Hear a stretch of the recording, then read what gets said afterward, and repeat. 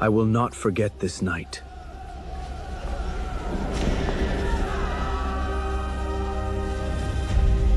လွန်ခဲ့သောနှစ်ပေါင်း2000ကျော်ကအိန္ဒိယမြောက်ပိုင်းတွင်ပညာ၏အမြင့်ဆုံးအလင်းရောင်ထွန်းလင်းနေသောနေရာတစ်ခုရှိခဲ့သည်ထိုနေရာကတက္ကသိုလ်ပြည်မင်းသားများသူရဲကောင်းများပညာရှင်များအနာဂတ်ကိုဖန်တီးမိလူငယ်များဤနေရာ၌အတူတကွပညာသင်ယူခဲ့ကြသည်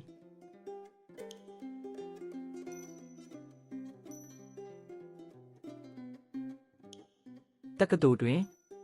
အနာဂတ်ကိုပြောင်းလဲမိလူငယ်3ဦးအတူတကွပညာသင်နေကြသည်ကောသလမင်းသားအသေနီဝေဒါလီမင်းသားမဟာလိမလမင်းသားဗန္ဓုလသူတို့သည်ရောင်းရင်းများဖြစ်လာကြသည်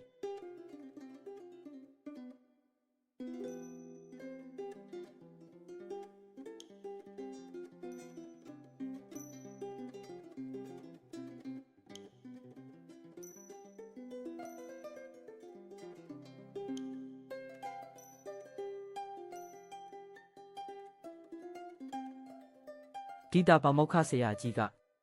ပညာသည်အာဏာအတွက်မဟုတ်အများအကျိုးအတွက်ဖြစ်ရမည်ပညာရှိသူ၏လက်နက်မှာဉာဏ်ပညာနှင့်သီလသာဖြစ်သည်ဟုဆုံးမတော်မူသည်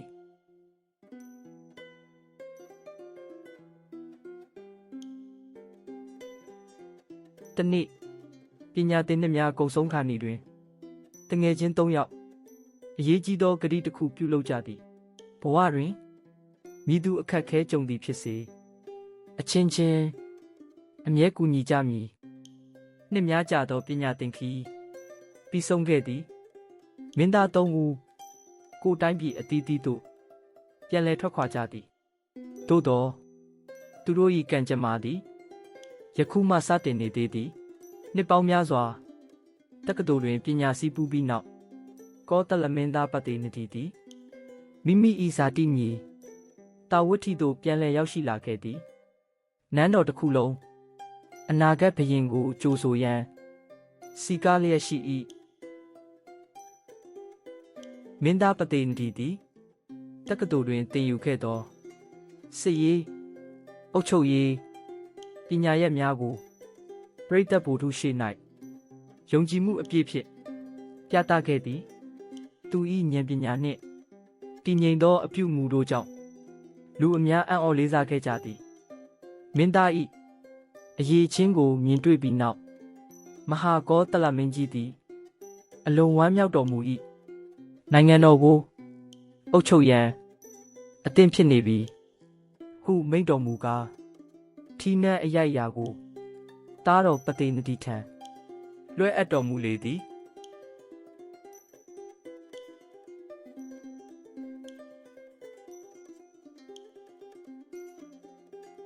တစ်ဖက်တွင်ဝေဒါလီမင်းသားမဟာလိသည်တက္ကသိုလ်၌သင်ယူခဲ့သောပညာရပ်များကိုမိမိ၏နိုင်ငံသားများအားပြသရန်နေ့မအားညမနာကြိုးစားလေသည်အောင်မြင်လိုသောစိတ်ဆန္ဒသည်အလွန်ပြင်းထန်လွန်းခဲ့သည်သို့သောအလွန်အကျွံကြိုးစားမှုသည်သူခန္ဓာကိုယ်ကိုထိခိုက်စေခဲ့သည်တနေ့တွင်သူ၏မျက်လုံးများပြင်းထန်စွာနာကျင်လာသည်မကြာမီလောကကြီး၏အလင်းရောင်ကိုမမြင်နိုင်တော့ပေမဟာလိသည်မျက်မမြင်ဖြစ်သွားခဲ့လေသည်မျက်စိအလင်းဆုံးရှုံးခဲ့တော်လဲမဟာလိ၏ဉာဏ်ပညာသည်မပျောက်ဆုံးခဲ့ပေလိပ်စဝီမင်းသားတို့သည်သူ၏ပညာကိုအလွန်လေးစားကြသည်ထို့ကြောင့်ရိတ်ခါနေအိမ်နှင့်ဂုံတိတ်ခါကိုဆက်လက်ပေးအပ်ကာလူငယ်မင်းသားများအားဆရာတဦးအဖြစ်ပညာသင်ကြားစေကြလေသည်မလတိုင်းသို့ဗန္ဓုလပြန်ရောက်သောအခါသူ၏ဓာပညာကိုတနိုင်ငံလုံးကစောင့်ကြည့်နေကြသည်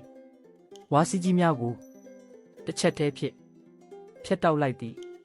ပရိသတ်တရက်လုံးအံ့ဩသွားကြသည်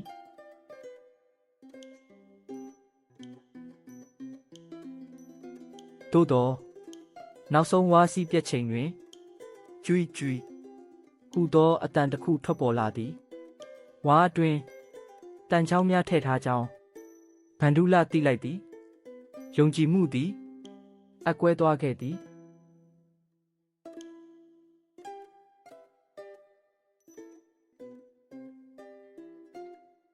ဝါစီများအတွင်တန်ချောင်းများကိုတမင်တကာထည့်ထားကြောင်းသိလိုက်သောအခါဗန္ဓုလမင်းသား၏နှလုံးသားထဲတွင်ဒေါသမီးသည်တဖြည်းဖြည်းလောင်ကျွမ်းလာ၏ငါကိုယုံကြည်မှုပြည့်စေရန်ဤသို့လုပ်ရဲကြသလားဟူသောအတွေ့သည်သူ၏စိတ်ကိုအပြင်းထန်လှုပ်ခတ်စေခဲ့သည်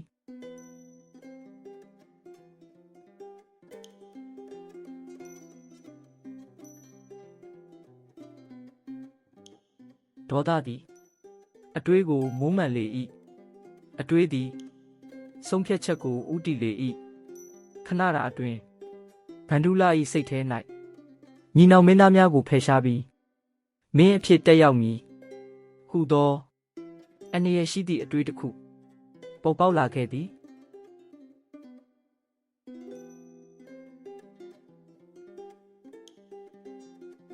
အားတော်ဤမတည်ငြိမ်သောစိတ်အခြေအနေကိုမိဘတို့သိမြင်ကြသည်ထို့ကြောင့်အေးဆေးတည်ငြိမ်စွာဆုံးမကြ၏တားရည်မင်းစည်းစိမ်သည်တဘဝသာခံစားရသောစည်းစိမ်ဖြစ်သည်ဒေါသကြောင့်ဆွေမျိုးသွေးကိုမဖိတ်စေနှင့်မင်းကြီးကဆက်လက်မိတ်တော်မူသည်လူဘဝ၏စည်းစိမ်သည်ခဏတာတာဖြစ်၏သို့သောမကောင်းမှု၏အကျိုးသည်တန်တရားတစ်လျှောက်ရှည်လျားစွာလိုက်ပါလာတတ်၏ခဏတာအာနာအတွက်ထာဝရနောင်တကိုမဝယ်ယူလေနှင့်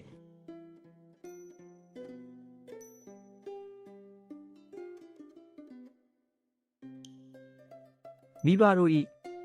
ဉာဏ်ပညာပြည့်ဝသောစကားများကိုကြားသိပြီးနောက်ဗန္ဓုလသည်မိမိ၏ဒေါသကိုအတင်းအကျပ်ထိန်းချုပ်လိုက်သည်သို့သောစိတ်ထဲရှိနာကျင်မှုနှင့်ယုံကြည်မှုပျက်စီးခြင်းတို့ကမပြောက်ကွယ်သေးပေထိုအနာသည်အနာဂတ်ကံကြမ္မာကိုတိတ်တဆိတ်ပုံဖော်နေခဲ့သည်ဆွေမျိုးများအပေါ်ယုံကြည်မှုပျက်စီးသွားခဲ့သဖြင့်ဗန္ဓုလသည်မလပြည်ကိုစွန့်ခွာရန်ဆုံးဖြတ်လိုက်သည်သူ၏မိဘများဇနီးမလိကာနှင့်အတူကျောင်းနေဖက်ရောင်းရင်းပတေနရီမင်းကြီးထံသို့ထွက်ခွာခဲ့တော်သည်သူမသိသေးသည်မှာဤခီးသည်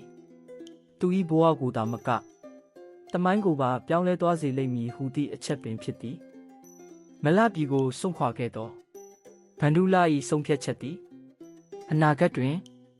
ဘုရင်များ၏ကံကြမ္မာတိုင်းပြည်များ၏ကံကြမ္မာနှင့်ဝိပတုပါ၏ဖြစ်ရကြီးကိုအစပြုစေခဲ့သည်